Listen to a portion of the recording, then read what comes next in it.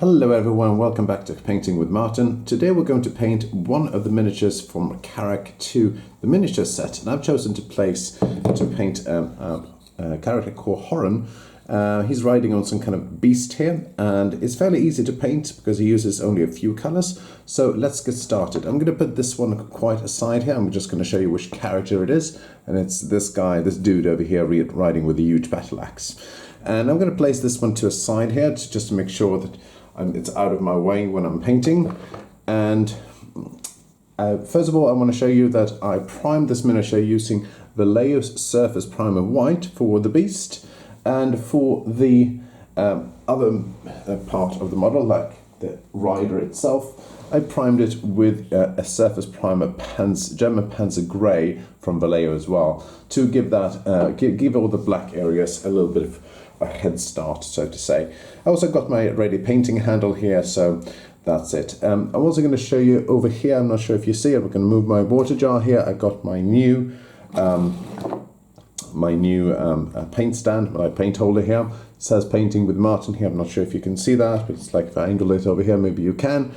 And it's a friend of mine called Ori who 3D printed this one for me, so thank you very much to you who did that. It really helps me and my channel. So let's get started here. We're going to start by actually painting the dude himself, and by doing that I'm going to paint him with some Vallejo's Gunmetal. And to do so, I simply apply it straight on, I apply it neat onto the character itself. I'm just going to put it out a little bit on my palette. It's quite a fairly dense color, so that's what I'm going to do. And I'm going to try to keep it as close as I can to the card art. So that means hopefully you get to see this. And if you don't, let me know if there's anything I miss in the comments or so, and then I can get straight to it in the next video. As you can see, this is not a live stream, so I can't correct my errors as I go, unless I find out about them anyways, then I'm going to have to reshoot the video, which is going to be unfortunate. Keep in mind, I don't paint the entire thing here. I'm leaving the arms because they're going to be darkened. And as if you watched my other video about this one from Karak, the board game, like the main one, the first one, you can see that I'm trying to keep it fairly similar to the original. And if you watch this one, there's a video in the description link about how to paint this guy, and you can follow those steps if you don't want to watch the first part of the video here. So painting the helmet as well is quite important, getting all this nice color, nice metal out and about.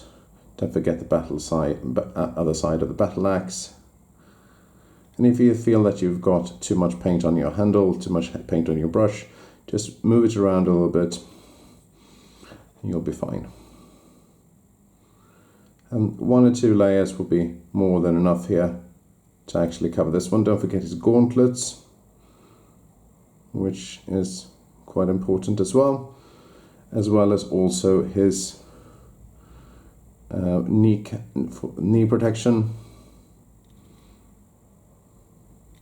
as well as his boots, also in this color. If you happen to get some color on the beast, not a problem, we're going to cover that later. As you see, I'm a bit sloppy here, so not a problem. You can do that, you can fix that quite easily. Okay, so that's the main character. Quite nice. See here if you can see him. I'm putting my hand here so you can see him fairly well. Of course, cleaning my brush afterwards is very important. You don't want to mix around the paint when you're painting, especially if you have another color. So with this one done, as you can see, I thought I primed everything all right from the beginning, but I didn't. So what I'm going to do here is that I'm going to apply some German Grey from Vallejo on all the other part of the metal that I want to cover as well. For example, the beast's armor. And so we'll start with the beast's armor, which is this part.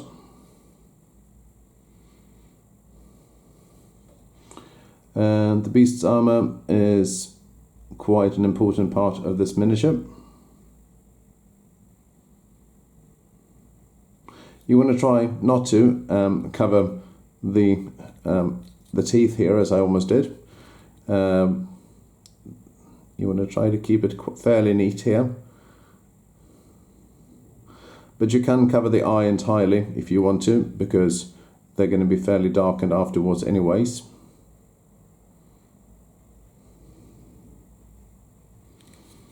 And you're going to try to avoid the ears as well, if you can.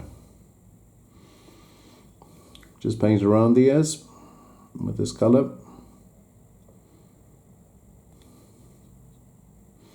And you'll find out that also around the ears over here, there's supposed to be some armor. As well as the neck here as well, it's also armored.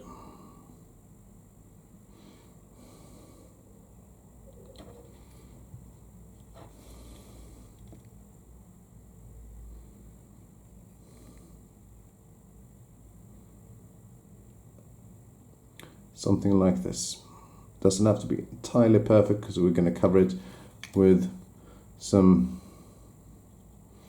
armor paint, some gunmetal in a bit. While we're at it, we can also start painting the hopefully you'll see it, his parts of the armor here. There's also supposed to be in this color, German grey. Yeah, German grey. So all the armor here in between is supposed to be in this color because it's not covered by this metal according to the card art. So while you still have this color, it's a good idea to actually get it done right now.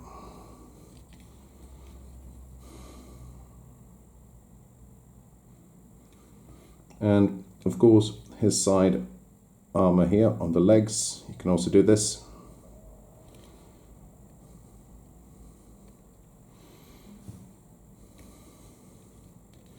As well as behind the legs here on the thighs.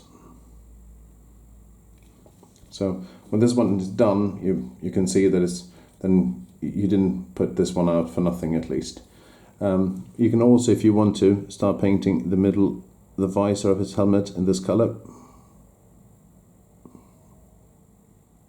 Something like this. This one is drying. We're going to turn our attention to the beast itself. And to the beast itself, we're going to use a fairly excuse me, a fairly dark color. I'm going to use Rhinox hide from Citadel. My apologies. And we're going to use this one. I'm going to change to a fairly larger brush. This one is a size 8 to cover more of the paints. You can either use it neat as I'm doing here, or you can water it down with some water if you like. And we are going to lighten it up in a bit as we go along. And as I can see here, before you actually continue, there's some armor here on the side here on the beast that we're going to cover the German grey here as well, before we forget about it.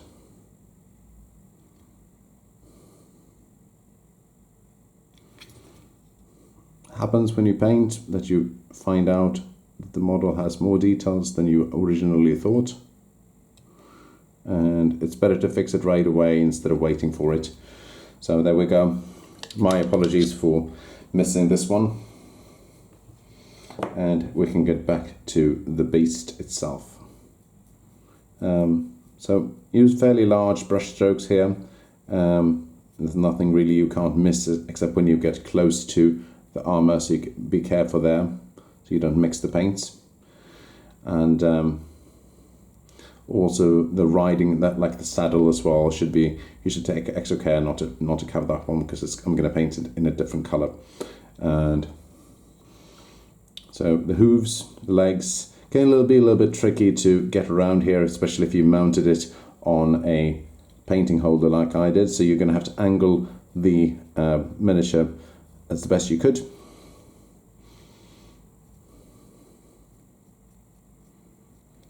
And be careful as well when you get close to the rider, so you don't cover or smudge over his armor with this color. Seems like I got a tiny bit of cold here, so I do apologize for this. So my constant harkling of my throat. And also want to say thank you to Albi Games, who publishes Karak 2, for giving me Karak 2, the board game. They have not given me the miniature set because it wasn't out in Spiel when I got the board game, and I had to get this one on my own later. So this video is not sponsored in any kind, but I did want to say thank you anyways to Albi for giving me Karak 2, the board game, so I could get my eyes up for this wonderful board game. Plays 2 to 4 players, or maybe it's 2 to 5, and it has an expansion coming out this year at Spiel called Karak 2 Imperium, which actually deals with a lot of the issues that I found with the original game, because it had very little interaction between players, and now you can actually attack other players, interact with them, and I'm really looking forward to getting that game, and I'll see if I can show you to you on the channel. Also, my thing is I'm going to do some more board game reviews, because especially if I painted the miniatures for the game itself. So if I manage to get to Spiel this year, I really hope so. I plan to come back with as many games as I can, and I can show you on the channel which games that I think you should buy and why. I've never done board games review per se before, but I'm going to try my best and see how it goes, and hopefully it will be a nice addition to the channel. If you like these kind of content, please let me know, and means I can cater it to your needs and what you want as well. Here it can be a little bit tricky getting into behind all the armor and everything. But after some practice, even if you get some paint on the surface here on the stone, it's not a problem. We can fix it later, because we're not going to fix it right now. Oh, that was some car outside. Don't forget the underside of the beast here. I'm not sure even what kind of animal it is. If any of you are really good with this kind of like knowing what kind of animal it was, you watched Animal Planet or David Attenborough or something like that, let me know in the comments. And while you're at it, please consider giving it a big like, and also a thumbs up. Every comment and every subscriber helps me a tremendous amount, and that means it can help the channel grow. And thank you to all of you who have subscribed so far. You are my unsworn, unsung heroes. Here I'm using another bit of another brush, a smaller one, to get all the details in, making sure that all the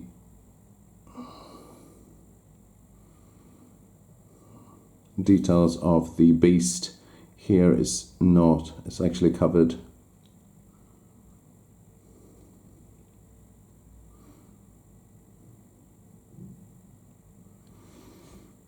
And over here as well, between the riding slings, or whatever you call them.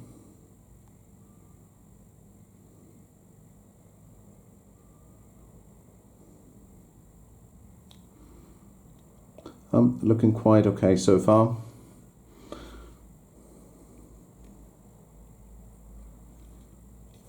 Turning around, see if we have missed any details of the hooves here, for example.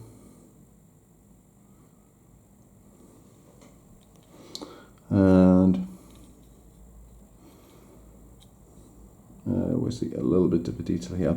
The beast here is actually taking more time than I thought, because this is the vast majority of the model. As here, I also saw some of the armor here that we missed before. I'll cover it up immediately, so it has actually some time to dry.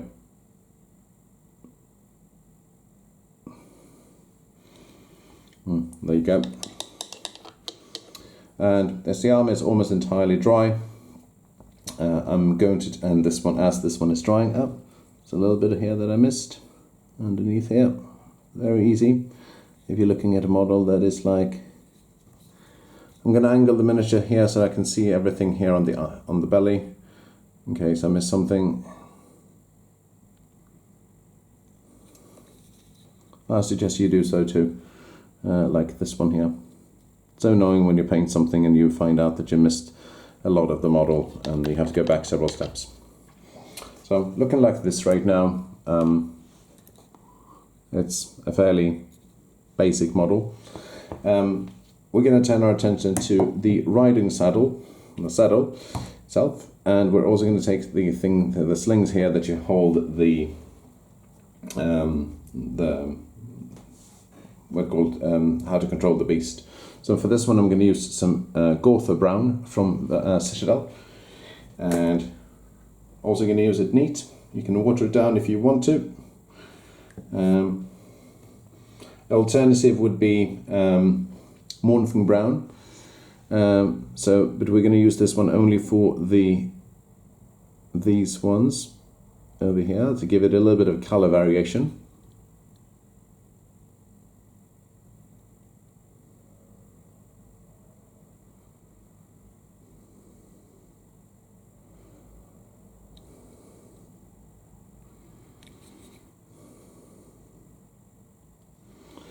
And don't forget the other side over here. Apparently he's not wearing any seatbelt, so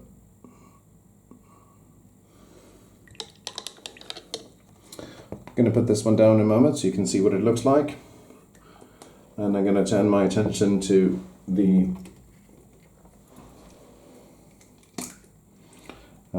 saddle. And for this one we're using Mournfang brown from Citadel. If you miss what I'm painting it with, there's going to be a full description in the description box of the video of what paints I'm using, and I'm using this for every video, so just for you to know. So I'm using this one fairly neat here. Don't forget the back side here.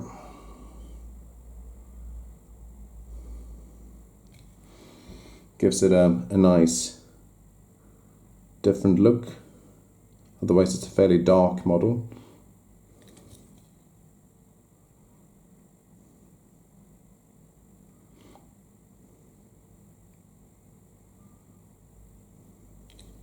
Don't forget the details here in the front. And over here as well.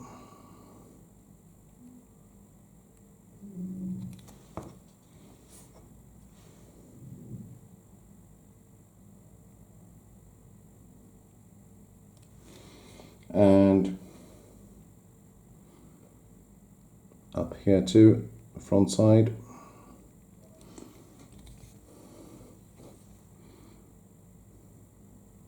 It's not part of the armor, it's part of the saddle. Easy to miss. So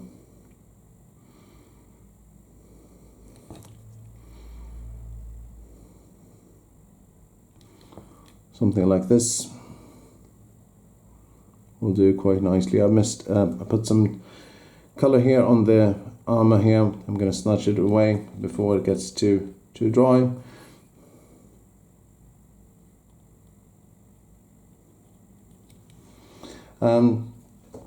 And before we get into washes and stuff, we are going to apply some color to the mouth, which is now missing. For the mouth, I'm going to use a very dark purple color called Naggaraoth Night from Citadel. Switching to a smaller brush for this one to make sure that I don't miss out any details. A size 2 brush would be useful. I'm using it neat as well here. You can also water it down as well, and I'm using it only for the tongue as per the card art, as well as the inner sides of the mouth.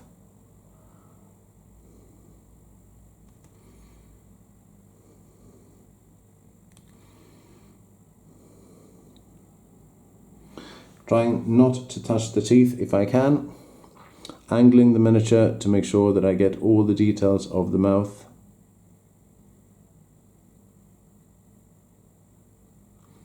it can't be helped, but I am touching some of the teeth here, which I'm going to have to recover later.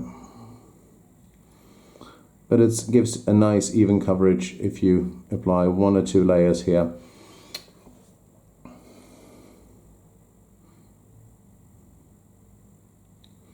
You just want a little bit of color variation when it comes to the mouth compared to otherwise very dark figure. And also, while we're at it, some German grey for the nose.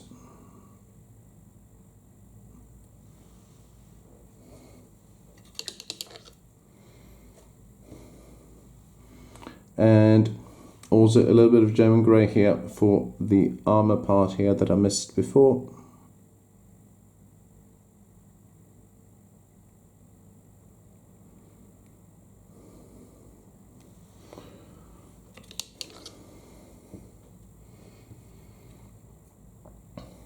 And that's looking quite okay.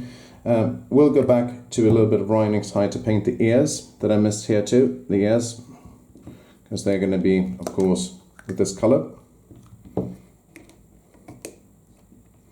As I said, very easy to miss when you're working with a very large model.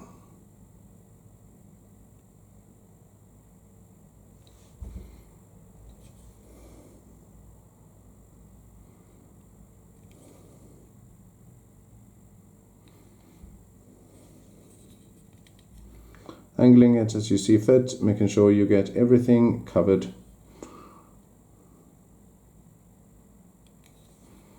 And also fixing out some minor mistakes here that I made on the way as well. And this is also the time you can do to actually fix any mistakes you make on the way, because you can see where the mistakes are, because you can see that it's white from the primer. And that's also why I like to use white.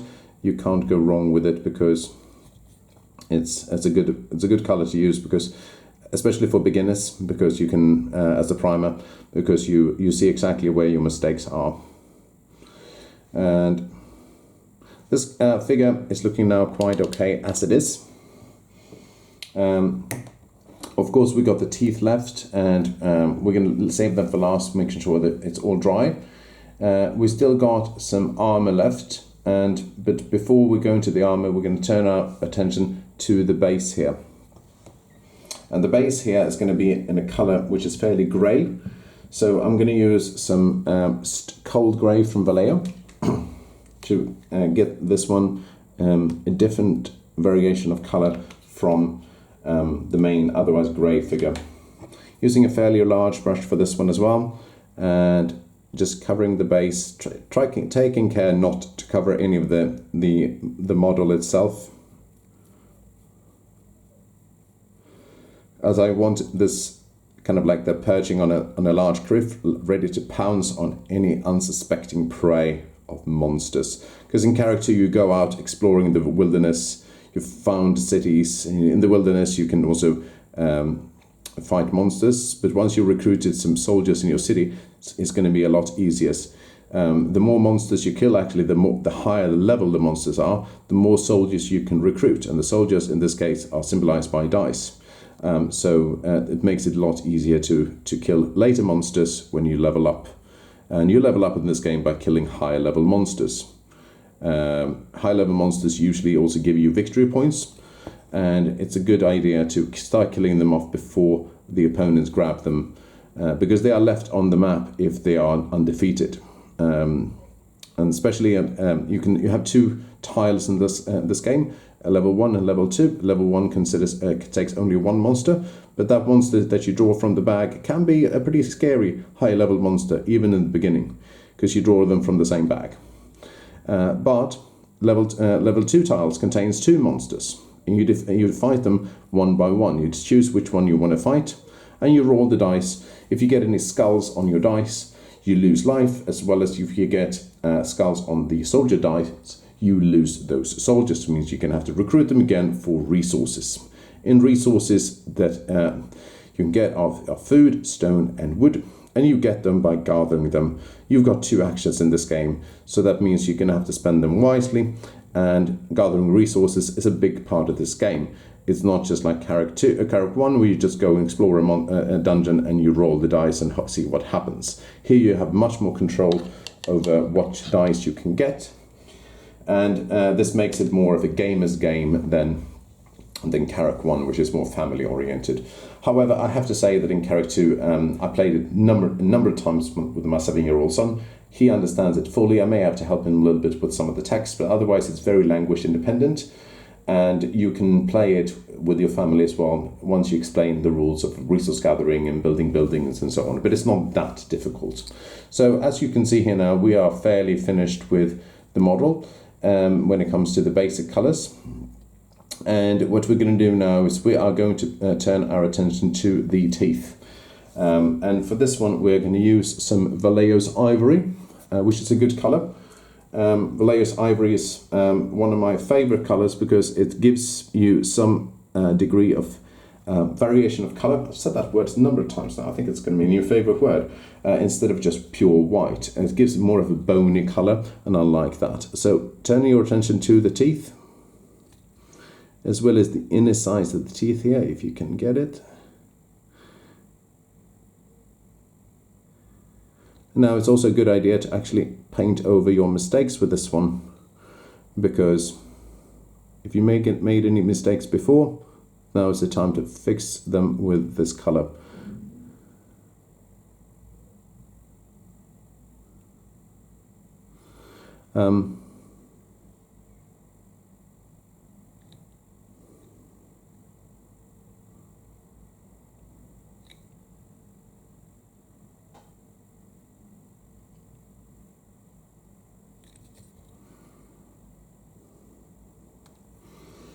Right. Also see that the eyes here are not fully covered, so I'm going to put them with some German grey here.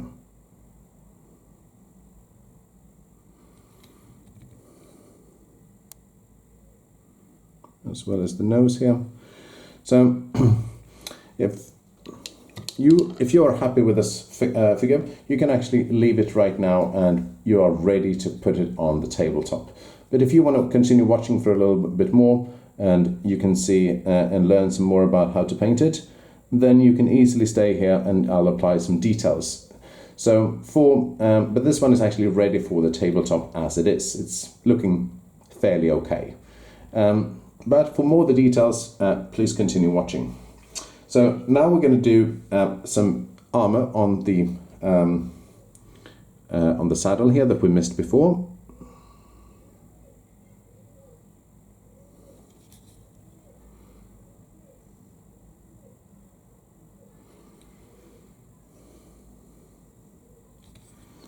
And applying it to the beast's armor here, beast head, which is going to be quite nice. Going to make it stand out a bit more.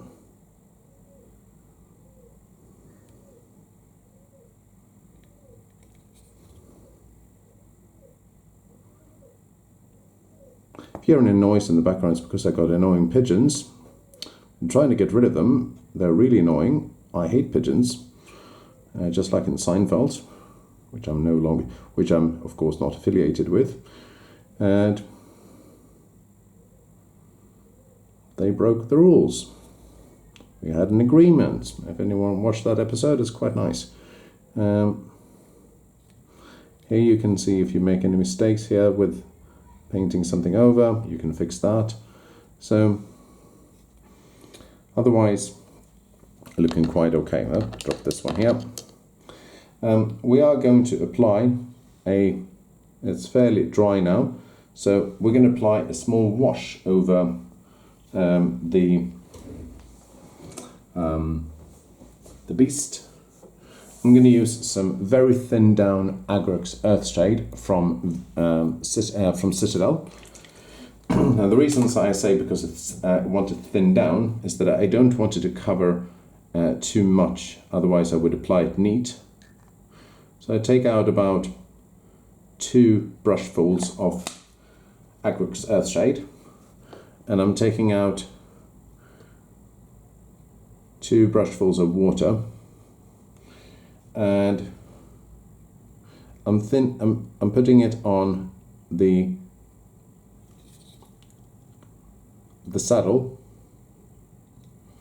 as well as the beast.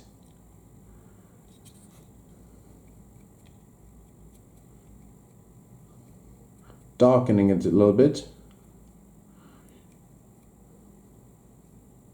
And I'm also doing this one for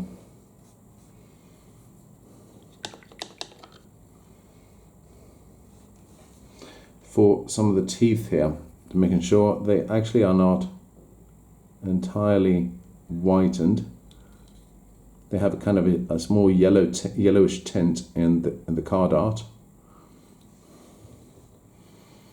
and that gives us a nice a nice base to highlight these ones on. So with this one fairly done, turning our attention to the armor.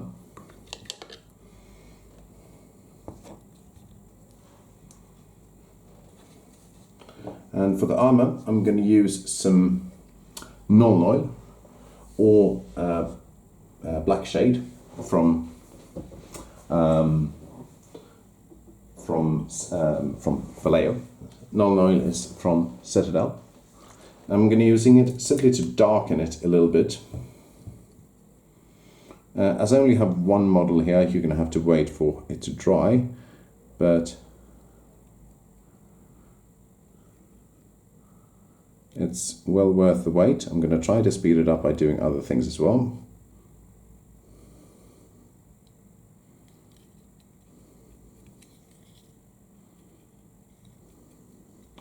And you can also use this one for the base, because that really brings out the details of the base. If the base was dry, of course, which is not. So please make sure that it's dry. Otherwise you make this mistake that I do, which is a beginner's mistake. You can actually use it here on the side here, bringing out some of the details. Now it's going to be even longer to dry, but that's okay.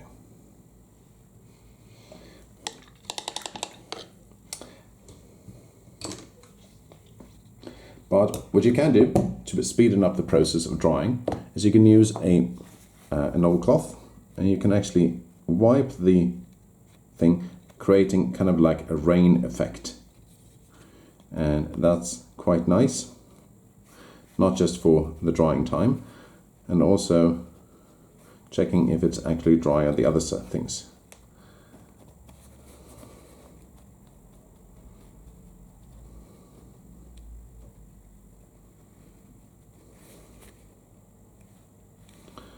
And so you can use this one to dry it. Hopefully this one will stay in place. And for the armor, no, not for the armor, but for the beast, we are going to use a dry brush on the beast, giving it a slight color, a different color. And dry brush is a nice technique for you to use. I highly recommend it. It's really useful. So for this one, I'm going to use some Mournfang brown for this one, for the beast. Or you could also use some Gorthor brown, which I used for the sling for how to control the beast. I don't know how it's called again. It's really annoying. So wipe out most of your brush. Take an old piece of kitchen towel and wipe most of the color off. And then, in a stickling motion, move it over the beast, especially where the sun shines, to give it a bit more of a light pattern.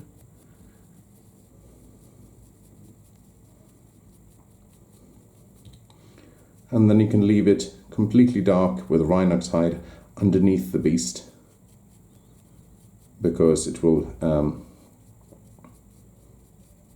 that's where the sun doesn't shine. So the front of the hooves, I'm going to attach this one again. It's a nice idea. As well as the upside here.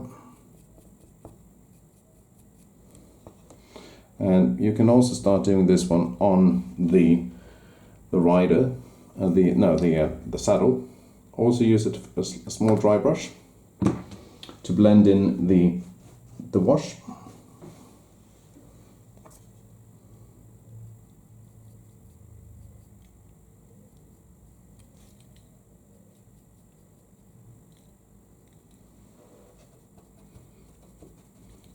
And going over a second layer with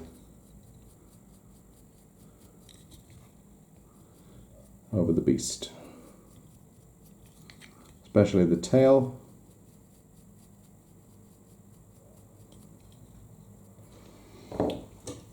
Now, with this one done, we are into the highlight stage.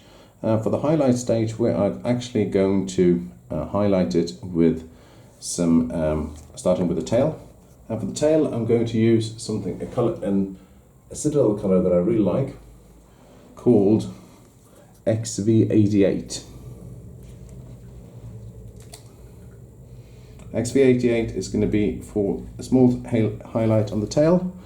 It's going to be quite light, and I can also use this to highlight the sling for to control the beast.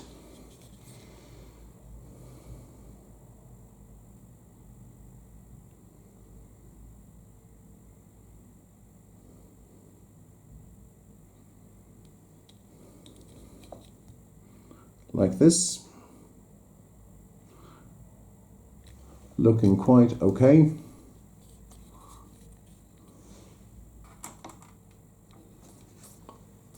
Maybe if I angle this one here so you can actually see it. If it's too dark.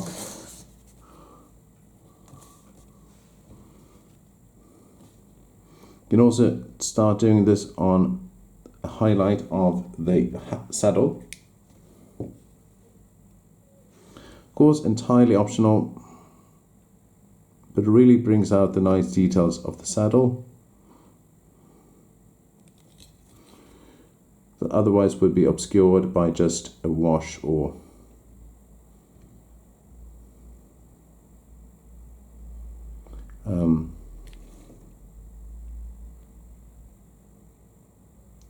the color itself.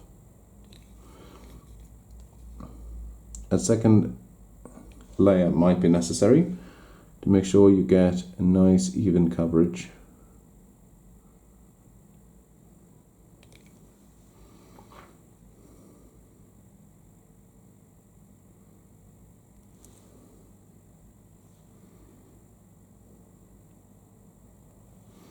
All right. Now we come to some attention for the armor, and for this one I'm going to use a little bit of a different thing here. I'm going to take also some color and put it on his claws, putting them with metal to actually make them a bit more fearsome.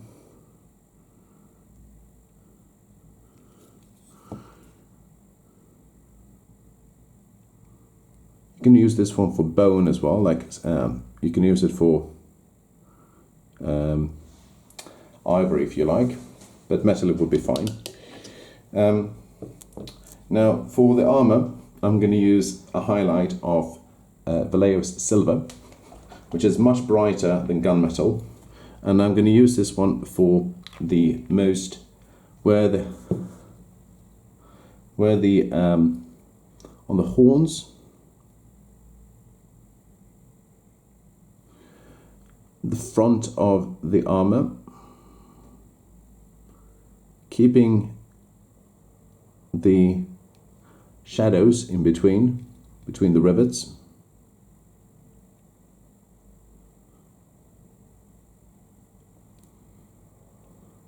His gauntlets,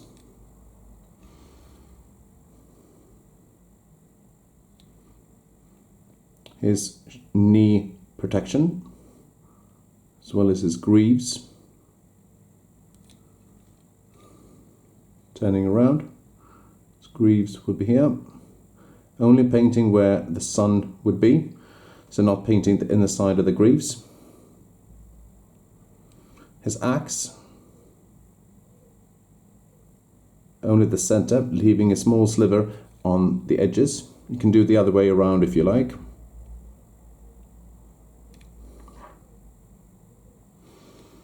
Of course, his other pauldron here.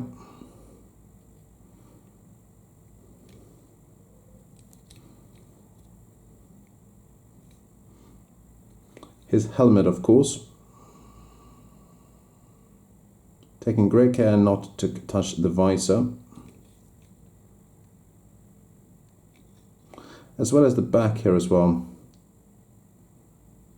I can show you, you see there's a line here in between. See that this simulates the armor of lamella of there. So you can see where the shades have gone. And also here on the beast. Especially the frontal here, because it's really important.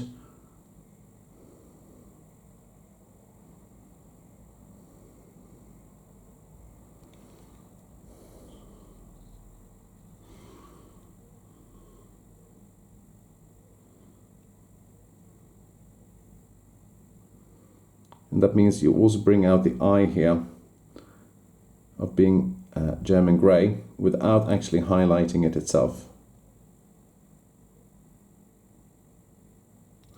There's a ring here of armor to hold the sling. I can show you cover that.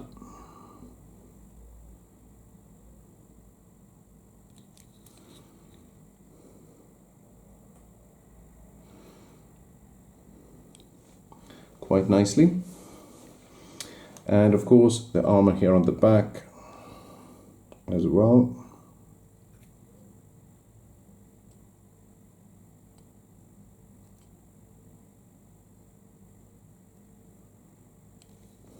And the front here.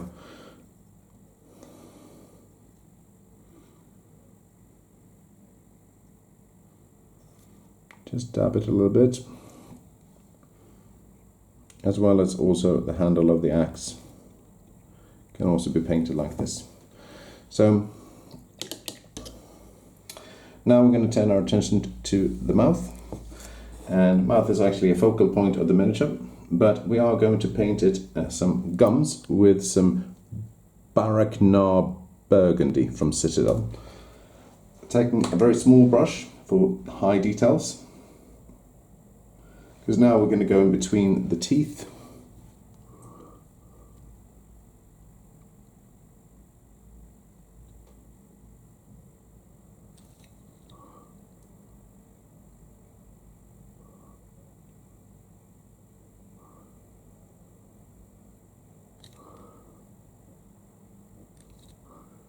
And painting over that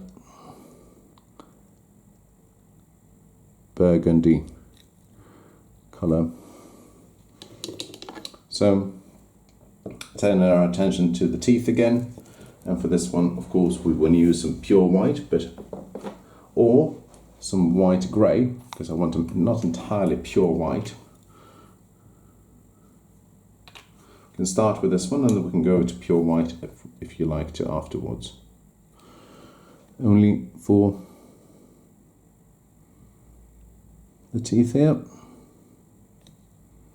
Yeah, there was a spot here of Naggaraoth Knight. He has some dental issues, I think.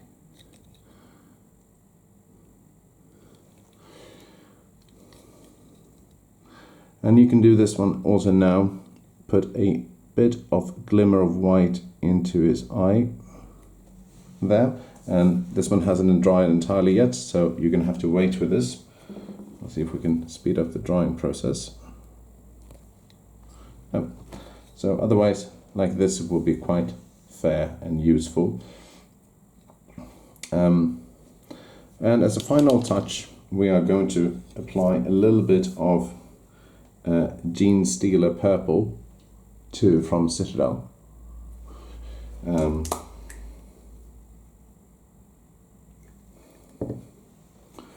as a small highlight on the tongue.